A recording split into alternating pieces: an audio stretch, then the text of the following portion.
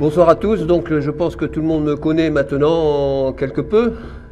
Donc je m'appelle Daniel Van Waterloo, je suis pas autochtone du coin je dirais, puisque en fait j'ai vécu toute ma vie dans d'autres lieux. Et je suis arrivé donc en 2004 pour ma dernière affectation à Agen, et plus particulièrement au Passage. J'ai vu apparaître dans mes péripéties et mes voyages à vélo dans la région de noms de bastides. Je ne savais pas du tout ce que c'était qu'une bastide. Et on m'a dit, bon, les bastides, c'est les constructions nouvelles du XIIIe et du XIVe siècle. Et j'en suis resté là. Et l'année dernière, quand on a cherché un sujet pour pouvoir agrémenter une nouvelle revue, je me suis dit peut-être que ce serait intéressant de revisiter les bastides du Lot-et-Garonne. Et je me suis donc plongé dans les bouquins, dans la lecture de vidéos, etc. Et dans le fait, j'ai découvert plein de choses concernant les bastides, puisque c'est ce que je vais vous restituer maintenant. J'ai eu peur. Ça marche. Hop, voilà. Donc sur la première page de la revue que vous avez entre les mains pour la plupart d'entre vous, c'est donc les bastides de Lot-et-Garonne du XIIIe et du XIVe siècle. Alors quand j'ai commencé à étudier ce thème, je me suis posé 4 questions. Quand, où, comment et pourquoi?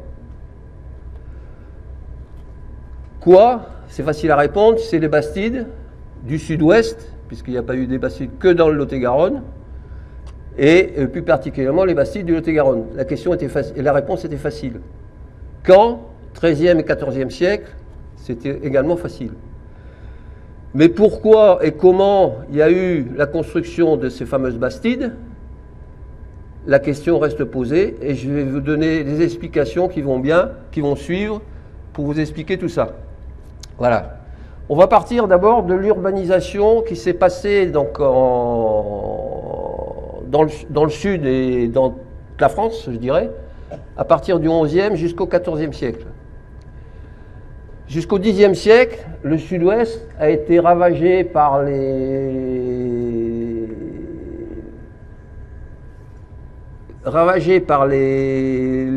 barbares, par tout ce qui traînait par là, les Normands, les Vikings, etc., qui sont passés par là, qui ont tout ravagé.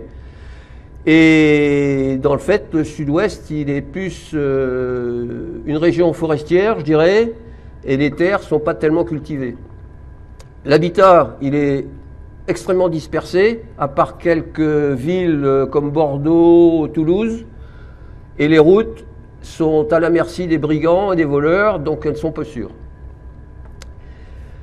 Entre le XIe et le XIIe siècle, donc, c'est pas ça que je voulais dire. Entre le XIe et le XIVe siècle, on voit également une explosion de la démographie. Il y a beaucoup de naissances, donc il y a beaucoup de monde. Et le commerce se développe à partir des grandes villes, entre autres Bordeaux et Toulouse.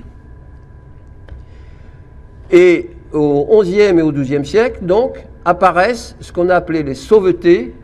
C'est donc les ecclésiastiques, à partir de leur monastère et de leur église, qui vont regrouper des paysans et qui vont leur offrir la sécurité et la protection de l'église. C'est donc les sauvetés qui sont les premiers regroupements de population, notamment en Aquitaine et dans le sud. Les seigneurs qui étaient du haut de leur château, bien évidemment, acceptent mal que les ecclésiastiques se récupèrent tous les paysans, etc. Donc ils ont besoin aussi de main-d'œuvre. Donc ils vont créer ce qu'on appelait les castelnaux autour de leur château, donc à partir en base de leur château. Donc il va y avoir des villages qui vont s'installer et les paysans vont commencer à vivre sur la protection, pareil, du seigneur qui va bien. Alors Castelnau, vous avez plein de villes qui s'appellent Castelnaudary, Castelmauron, Castelcuiller, etc. Tout ça, c'est donc des tels ou des castelnaux qui ont été construits entre le XIe et le XIIIe siècle. Pareil pour les sauvetés, la sauveta etc., etc. Tous les noms qui portent sauveta, ce sont des sauvetés qui ont été créés au XIe et XIIe siècle. Et au XIIIe et au XIVe siècle, donc, apparaissent les bastides, qui sont les villes nouvelles, qui sont construites, pour la plupart d'entre elles, entre la fin de la croisade contre les Albigeois, c'est-à-dire en 1229, et qui seront arrêtées de construire à partir du moment, en 1337, et quelques ans après, au début de la guerre de Cent Ans. Et ça, je vous en reparlerai par la suite. Voilà. Alors, on va remonter un peu dans le temps, on va remonter au XIIe siècle, parce qu'il y a un personnage très important de l'Aquitaine, que vous voyez là sur la photo, la duchesse d'Aquitaine, qui a marqué le territoire, dans le fait, et qui a permis d'avoir pendant 3 siècles l'Aquitaine, qui était une possession anglaise. Alors, j'ai fait un petit organigramme pour comprendre les choses, là. Donc, Aliénor d'Aquitaine, elle naît en 1122, et son père est duc d'Aquitaine et comte du Poitou. Donc le premier titre que reçoit Aliénor d'Aquitaine, c'est comtesse de Poitiers. Normalement, son frère Guillaume Agré, qui est né en 1126, aurait dû prendre la succession de son père comme duc d'Aquitaine. Malheureusement, il meurt à l'âge de 4 ans, donc il meurt en 1130. Donc, Aliénor devient duchesse d'Aquitaine,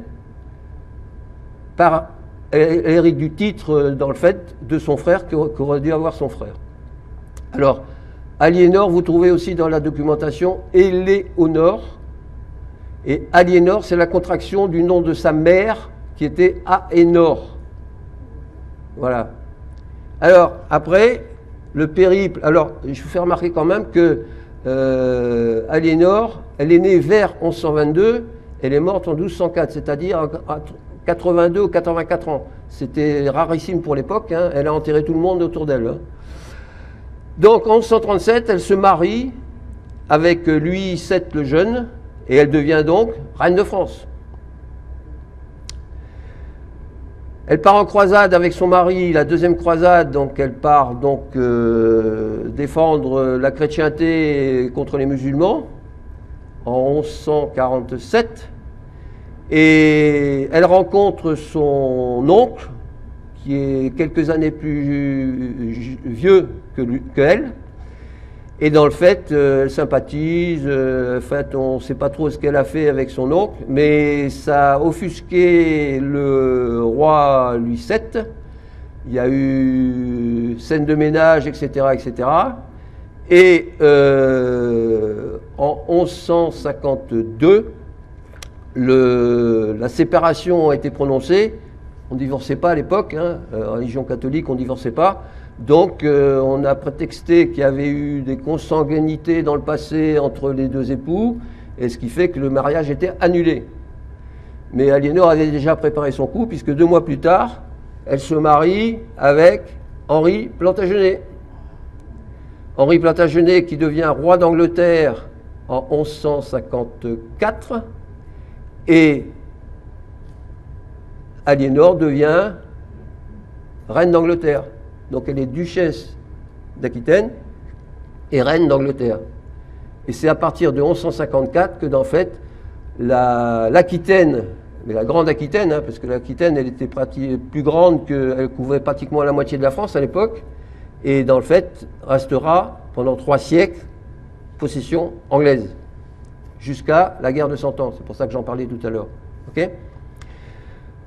Personnage important, puisque en fait, elle a eu 2 enfants de son premier mariage, puis 8 de son deuxième mariage, dont Richard Cœur de Lion, roi d'Angleterre, et Jean Santerre, également roi d'Angleterre. Et sa fille, Jeanne d'Angleterre, va se marier avec Raymond VI, qui est le comte de Toulouse. Le comté de Toulouse, c'était un énorme comté qui allait presque jusqu'à la Méditerranée et qui était très puissant. De cette union naîtra Raymond VII, qui est le premier fondateur des Bastides. Raymond VII se mariera en 1211 avec une Sancy d'Aragon, je ne sais pas qui c'est celle-là, et naîtra de cette union Jeanne de Toulouse, j'en reparlerai tout à l'heure, qui se mariera en 1134 avec Alphonse de Poitiers, qui prendra la succession comme comte de Toulouse de Raymond VII et qui poursuivra la construction des Bastides en Lot-et-Garonne et dans tout le sud-ouest. Voilà donc le tombeau d'Aliénor d'Aquitaine et puis d'Henri II Plantagenet à l'abbaye de Fontevraud, puisque tous les Plantagenets ont été enterrés dans l'abbaye de Fontevraud, alors que les rois de France ont été enterrés dans la basilique de Saint-Denis. Voilà. Alors, je vous parlais donc de l'Aquitaine, là, donc vous voyez tout ce qui est en orange français, là, c'était l'Aquitaine en 1154. Donc ça n'a plus rien à voir avec notre Aquitaine actuelle, donc il faut... Voilà. Et en 1435, pratiquement à la fin de la guerre de 100 ans, l'Aquitaine, elle est réduite à sa plus simple expression et elle deviendra possession française à partir de 1453, mais j'en reparlerai tout à l'heure. La chrétienté au catharisme, parce que le catharisme dans le sud de la France, ça a marqué les esprits et ça fait déclencher donc la fameuse croisade contre les Albigeois. Donc au XIIe siècle, il y a deux régions qui sont complètement différentes. Au nord, c'est entre guillemets le royaume où règne le roi de France, bien qu'on pourrait se poser des questions, et on parle la langue d'Oïl. Et dans le sud, dans le fait, c'est la terre des comtés, des seigneurs, où on parle la langue d'Oc. Le Midi toulousain, donc au XIIe siècle, il est gagné par une hérésie mystérieuse, le catharisme. Alors le catharisme, c'est quoi? C'est un mouvement dissident du catholicisme, dans le fait, et un mouvement religieux, chrétien, médiéval. La devise des cathares, dans le fait, vous la voyez là, ceux qui arrivent à purifier leur âme se reposent pour l'éternité dans le bien, et les autres, ils devront se réincarner indéfiniment. Voilà, donc les églises cathares ne reconnaissent pas le pape et son successeur légal, qui est le successeur légal, dans le fait, de l'apôtre Pierre. Il est bien évident que la hiérarchie catholique ne peut pas accepter ce genre de pratique, je dirais. Donc ça s'enseigne un peu dans les fondements. Et le royaume de France considère les cathares comme subversifs. Et le pape Innocent III, qui était le pape de l'époque, il déclare les Albigeois hérétiques. En 1209, après bien des tractations, démarre une guerre fratricide, puisque en fait c'est des guerres de Français contre les Français, la croisade contre les Albigeois. Alors la croisade contre les Albigeois, je l'ai décrit dans la revue. Le comté de Toulouse, dans le fait, il était réparti entre deux familles, la famille des Trencavel et la maison de Toulouse, dans le fait. Alors, si on regarde un peu, voilà la famille de Toulouse et voilà la famille de Trencavel. Pour l'histoire, dans le fait, Raymond Roger Trencavel, donc, c'est le fils d'Adéide de Toulouse, qui est elle-même la sœur de Raymond VI. Donc c'est la même famille, je dirais. Donc par alliance, on se retrouve. Donc Raymond Roger Trencavel est donc le neveu de Raymond VI. La croisade contre les Albigeois. La croisade démarre en 1200. Je vais pas un peu mes lunettes parce que j'ai quelques notes qui vont bien là, qui devraient. Voilà. Alors. Voilà. Donc la croisade des Albigeois, donc elle démarre en 1209 et elle se termine en 1229 et elle se prolonge jusqu'en 1244. Et les derniers cathares sont vaincus, je dirais, à la fameuse bataille du château de Montségur dans le comté de Foix. Alors, l'histoire, c'est en 1204, donc le pape Innocent III demande au roi de France, Philippe Auguste, pardon, ouais, c'est pas grave, je vais les mettre après, de mener la croisade. Celui-ci, il est occupé à reconquérir les plaines du Poitou, etc., etc., donc qui récupère les possessions anglaises de l'époque. Et en fait, il refuse de mener la croisade contre les Albigeois. En 1208, le légat apostolique qui s'appelle, je ne me rappelle plus comment il s'appelle, mais bon, je vais le trouver, Pierre de Castelnau, il est assassiné par un homme du comte de Toulouse. Le comté de Toulouse étant passé largement à la religion cathare. Et en juillet 1209, donc, les croisés vont partir de Lyon sous les ordres du légat pontifical Amaury. Ils vont descendre le Rhône et ils vont commencer à s'emparer de toute la partie des Trencavel, c'est-à-dire Carcassonne, Castelnaudary, etc., etc.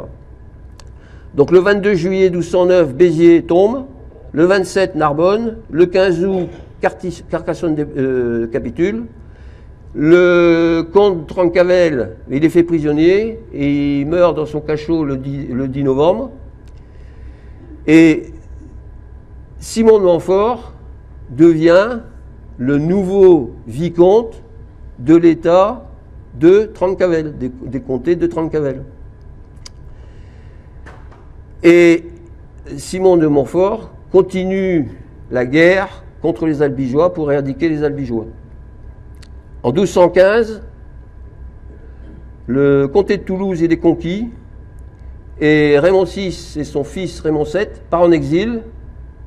Et ils reviendront quelques années plus tard, c'est-à-dire en 1218. Simon de Montfort assiégera donc Toulouse et il mourra au combat lors du siège. Et son fils Amaury, donc, il reprendra le combat, mais lui, c'était pas vraiment un guerrier. Donc, Raymond VI et Raymond VII ont donc récupéré leur comté de Toulouse et continué à gouverner le comté.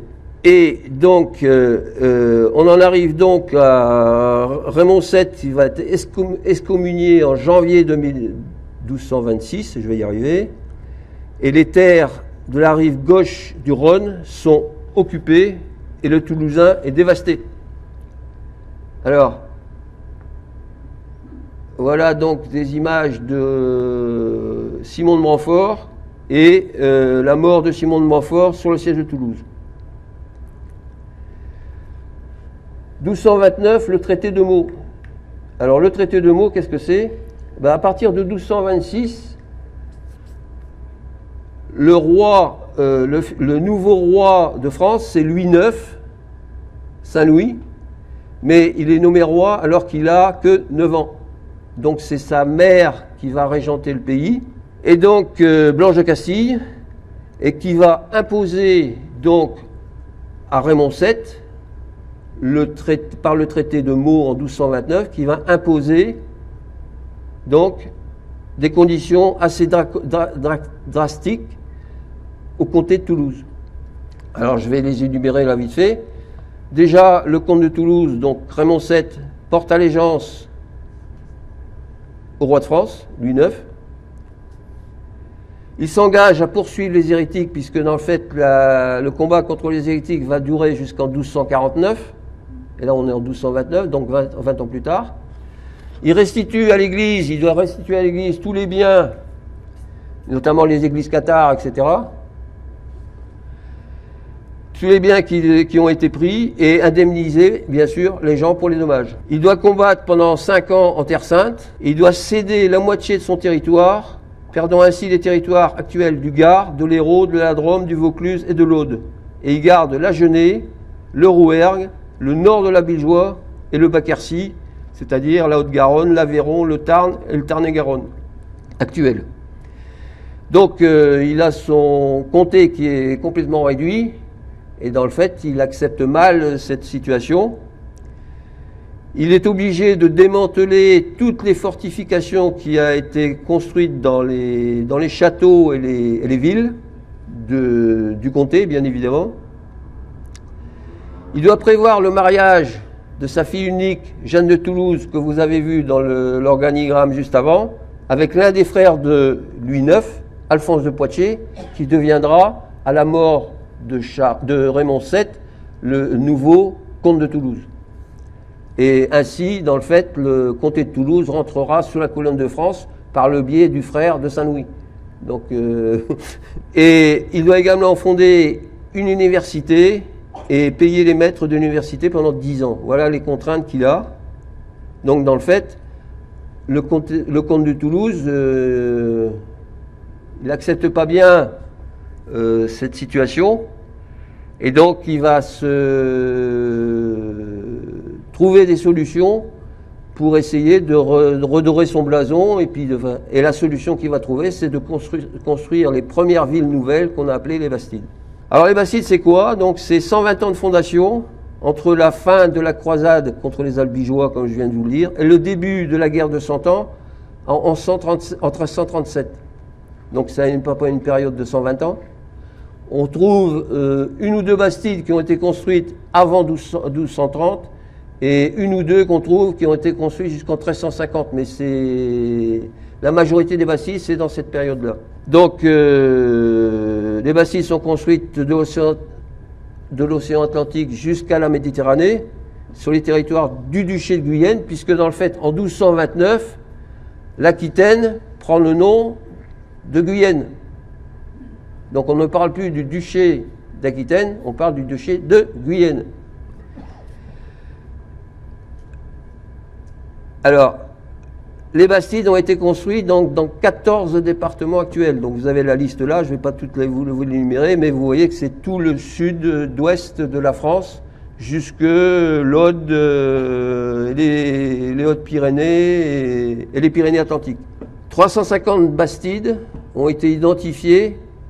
Alors, il faut dire que il y a certains castelnaux dont je vous ai parlé tout à l'heure et certaines sauvetés qui ont été réhabilitées, qui ont été transformées en bastides par les différents fondateurs à cette époque-là. Ce qui fait que vous avez des bastides, on ne sait pas trop si c'est des bastides, etc. Je vais vous donner un exemple qui m'est arrivé. Moi, j'étais à Beauville, sur les collines là-bas, et j'avais lu dans la littérature que c'était une bastide. Et j'ai vais à la rencontre du maire pour toute autre chose d'ailleurs, et puis je dis tiens, vous avez une belle bastide, etc. Et la mère me répond non, c'est pas une bastide, c'est un castelnau. Alors que si vous regardez la place de Beauville, vous avez les arcades, etc. Mais ce n'est pas un castelnau parce que c'était construit plus tôt, adossé au château qui se trouve au bout de la ville. Voilà. Donc là, 39 bastides identifiées en Lot-et-Garonne, plus certaines avec les incertitudes qui vont bien. Il y a 15 bastides comtales entre 1246 et 1270. Alors les bastides comtales, ça a été construites par Raymond VII, puis par Alphonse de Poitiers. 3 bastides françaises sur les rois entre 1289 et 1300. 18 bastides anglaises, puisque dans le fait, la Genée était la frontière entre le comté de Toulouse et l'Aquitaine, le duché d'Aquitaine. Donc la Genée a toujours été une source de tension entre les Anglais et les Français, dans le fait. C'est pour ça qu'il y a des bastides qui ont changé 3 ou 4 fois. La bastide de Puymirol, par exemple, c'est la première bastide qui a été construite par Raymond VII en 1246. Elle est passée anglaise, elle est revenue française, elle est repassée anglaise, etc. au fil du temps. Et ce mouvement, il était jusqu'à 1453, dans le fait, à la fin de la guerre de 100 ans. 18 bastides anglaises, puisque dans le fait, quand les Français ont commencé à construire des bastides un peu partout, eh ben, ils se sont dit, nous, il faut peut-être aussi qu'on s'y mette, parce qu'il faut protéger notre territoire. Donc les bastides, elles sont... D'ailleurs, on le voit bien sur la carte, on vous le verra juste après. et 3 bastides ecclésiastiques qui ont été construites par des moines, etc. Par exemple, Sérignac-sur-Garonne, c'est une bastide ecclésiastique. Alors là, c'est la carte que j'ai réalisée. Donc vous voyez là, les points en bleu, c'est des bastides françaises, et les points en rouge, c'est des bastides anglaises. Donc on voit bien que à l'ouest, vous avez plus de bastides françaises, à l'est, pardon, je raconte n'importe quoi, à l'est, vous avez plus de bastides françaises, à l'ouest, beaucoup de bastides anglaises, et puis dans la ligne sur le Lot, là à peu près, là, ben, il y a un mixage un peu qui génère bien sûr des conflits et qui vont bien. Voilà. Alors, quels sont les fondateurs des bastides de Lot-et-Garonne? Parce que je n'ai pas été regarder tous les fondateurs de tout ça. Le premier, donc, c'est le comte de Toulouse, comme je vous l'ai dit tout à l'heure, qui a donc construit une bastide comtale à Puymirol en 1246. La bastide de Puymirol n'avait bien évidemment à l'origine pas ses remparts, puisque dans le fait, Raymond VII ne pouvait pas construire de bastide, faire de construction avec des remparts, des fortifications, puisque ça lui était interdit par le traité de Meaux. Donc les fortifications qui sont sur Puymirol sont apparues 40 ans plus tard, quand les Anglais sont arrivés sur la bastide de Puymirol. Deuxième comte de Toulouse, Alphonse de Poitiers, qui a pris la succession, donc lui, il est l'auteur de 14 bastides comtales entre 1250 et 1270 en Agenais, oui, donc dans le Lot-et-Garonne. Le roi de France, Philippe IV le Bel, 3 bastides. Le roi d'Angleterre, Édouard Ier, 15 bastides quand même, lui il a bien bossé. Et le roi d'Angleterre, Édouard II, 3 bastides anglaises. Et on y rajoute les monastères qui ont construit 3 bastides ecclésiastiques entre 1273 et 1317. Voilà. Donc vous avez là les fondateurs des 39 bastides de Lot-et-Garonne, identifiés comme bastides, je le précise, parce que il y a des polémiques. J'ai lu divers bouquins, les divers bouquins ne disent pas la même chose. Hein, donc j'ai trouvé dans un bouquin que Mézin était une bastide, par exemple. Donc, ça n'a jamais été une bastide, et les fortifications qu'il y a à Mézin, elles ont été construites par les Anglais. Donc rien à voir. Alors, comment fondant-on une bastide? Je ne vais pas y arriver. Voilà. D'abord, il faut prendre la décision. Donc, le fondateur va décider de construire une bastide. La bastide, elle peut être soit économique, on va la construire dans la plaine. Elle peut être soit commerciale, donc on va la construire proche d'une rivière. Ou elle peut être défensive, donc on va la construire sur un point haut pour surveiller le territoire et puis avoir un point de défense. Voilà. Donc une fois que cette décision est prise, il va se passer ce qu'on appelle un contrat de pariage. Alors le contrat de pariage, c'est quoi? Ben, c'est tout simplement parce que le comte de Toulouse, qui va construire sa bastide à Puymirol, par exemple, ben, il n'est pas possesseur des terres. Les terres, elles appartiennent pour la plupart au clergé ou à des nobles, mais très souvent au clergé. Et donc, le contrat de pariage, c'est un contrat qui est signé devant notaire entre le fondateur et le possesseur de terre, avec un certain nombre de règles, etc. etc. Vous aurez, dans la revue, je vous ai mis ce que c'était qu'un contrat de pariage, le contrat de pariage, je crois, de Montflanquin, il me semble. Et là, vous avez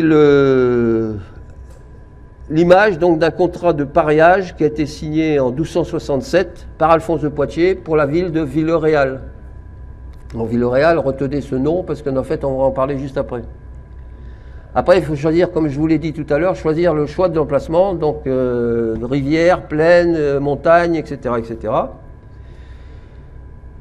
Et ensuite, il faut donner un nom à ces bastides. Alors, le nom, il peut porter le nom du fondateur. Vous avez, par exemple, je ne sais plus dans le département, Beaumarchais, qui était un village, qui était une bastide, qui était fondée par Beaumarchais. Vous avez des bastides qui portent le nom d'une ville étrangère, Grenade par exemple, à côté de Toulouse.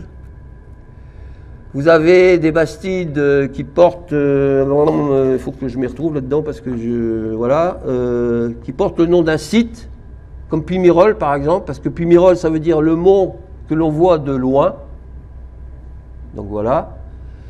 Ça peut être également un ancien castrum, puisque Castillonnès par exemple c'est un ancien castrum, mais c'est une bastide. Et ça peut être Villeneuve aussi, il y a beaucoup de Villeneuve, et il y a beaucoup aussi de bastides d'Armagnac, des bastides de je sais pas quoi, il y en a beaucoup, une multitude. Donc ça c'est la toponymie donc des bastides. La cérémonie du pal, donc une fois que tous ces préjugés sont réglés, le fondateur donc va implanter sur l'endroit de la place de la bastide un pieu avec ses armoiries. C'est ce que s'appelle la cérémonie du pal. Donc voilà. Donc ce pieu-là va marquer l'appartenance de la bastide et le début de la fondation. À partir de ce moment-là, il faut fixer la règle, dans le fait, le règlement intérieur de la bastide. Alors, il se fixe soit avant la construction de la bastide, soit à partir du moment où la bastide est déjà construite. Mais en fait, c'est le règlement intérieur, comment on fait, etc., etc. Comment vivent les uns avec les autres, quels sont les droits et les devoirs de chacun. Donc vous aurez l'occasion de lire tous les articles d'une charte des coutumes, puisque je vous en ai mis une dans la revue. Ensuite, les bastides ne sont pas construites n'importe comment. La plupart des bastides, elles portent un plan avec les rues qui se croisent à angle droit, avec un certain nombre d'îlots, avec des rues principales qu'on appelle les traversières. Il y en a une ou deux traversières. Les rues à perpendiculaire, ça s'appelle les transversales. Et les petites rues qui se trouvent à l'arrière des maisons, etc., ça s'appelle les vénèves ou les carillous. Voilà. Les occupants qui vont construire donc leur maison, donc dans le fait avec des règles bien précises, ça s'appelle les érals. Voilà. Et puis, mais ça vous retrouvez tout ça dans la revue, hein, donc voilà. Et puis qu'est-ce que j'ai oublié encore?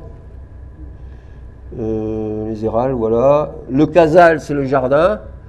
Et le fondateur donnait aux habitants des terres à l'extérieur de la bastide qu'on appelait les arpents. L'architecture de la bastide, comme je vous l'ai dit, donc voilà, vous avez une photo là, de la bastide de Lavardac, donc c'est les rues qui se croisent à l'angle droit, etc. Une place centrale carrée ou rectangulaire, avec des cornières tout autour. Il y a quelques bastides qui subissent pas le même plan. Si vous connaissez Forcès dans le Gers, par exemple, c'est une bastide circulaire. Toutes les bastides, mais la plupart des bastides répondent à ce plan-là. L'administration de la bastide, c'est à peu près la même situation que l'on connaît aujourd'hui, puisque dans le fait l'administration, elle est administrée par des consuls ou des jurats, qui forment un conseil de bastide qui est équivalent du conseil municipal de nos jours, donc on n'a rien inventé. Il y a les jurés, qui sont les gens qui sont chargés de la justice.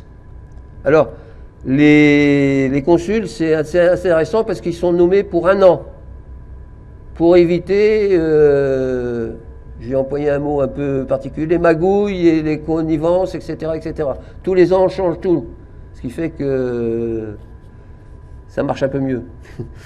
Voilà. Et donc il y a le bail aussi, le bail vous allez entendre parler, c'est le représentant du fondateur qui fait office un peu pour nous de sous-préfet. C'est un peu le sous-préfet de la Bastide, équivalence. Et il y a également donc une milice qui permet de garder la Bastide, etc., qui est fait avec des habitants de la Bastide, et qui font la police et puis la surveillance pour éviter les pillages, les vols, etc., etc., puisque déjà à l'époque, C'est pas une invention du XXIe siècle, hein, donc c'est déjà à l'époque c'était comme ça. Voilà. Alors après, l'évolution des bastides, il y a des bastides qui se sont développées très largement. Il y en a des bastides qui sont restés sur leur fin. Prenez Viane par exemple, elle est restée à l'intérieur de son enceinte. Par contre, Villeneuve-sur-Lot, c'est une bastide qui s'est grandement entendue.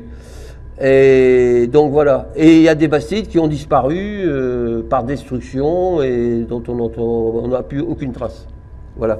Donc là, vous avez les différentes écussons, des armoiries des différentes bastides que j'ai retrouvées. Toutes les bastides qui sont là, elles ont toutes une armoirie. Il y a quelques bastides qui n'ont pas d'armoirie, donc je ne vais pas vous les montrer.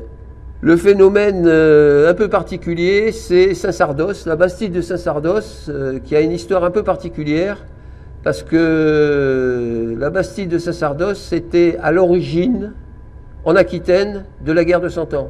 C'est un peu surprenant.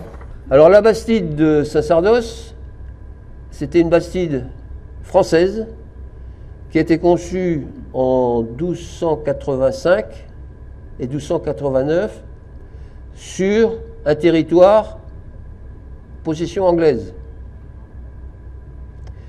Donc Édouard Ier à l'époque, il a interdit bien sûr aux Français de construire une bastide.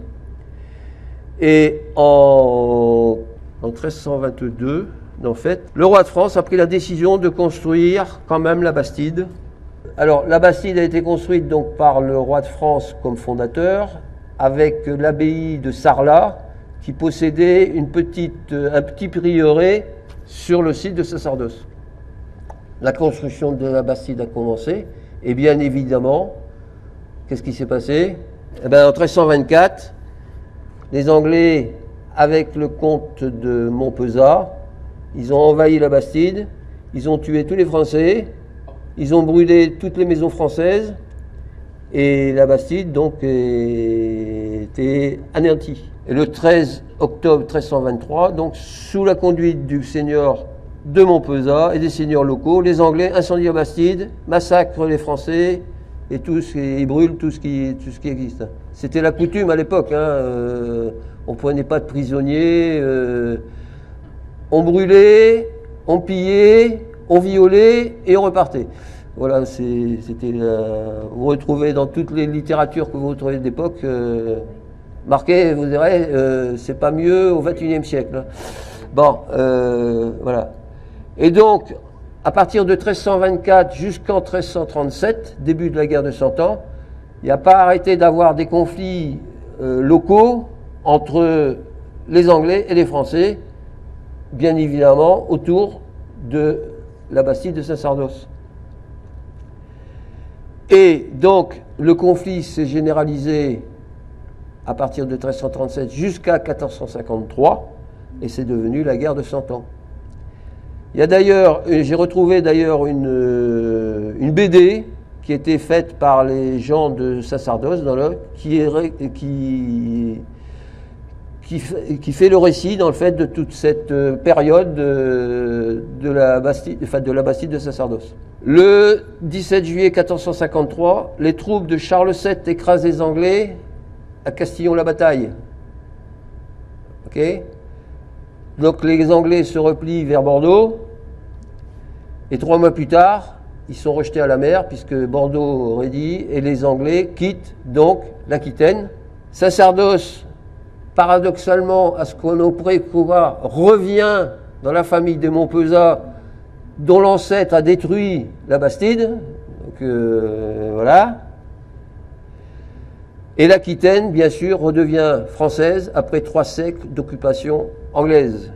Et le royaume de France retrouve donc son intégrité totale à la fin de la guerre de Cent Ans, puisque en 1453, c'est la fin de la guerre de Cent Ans en Aquitaine, et en 1475, c'est la fin de la guerre de Cent Ans en France, à l'exception de Calais, qui restera anglais jusqu'en 1558. Donc vous voyez que la carte de France, elle s'est largement étalée. Il ne reste plus que la petite poche de Calais qui est là, qui reste anglaise jusqu'en 1558. Voilà donc ce que je voulais vous présenter.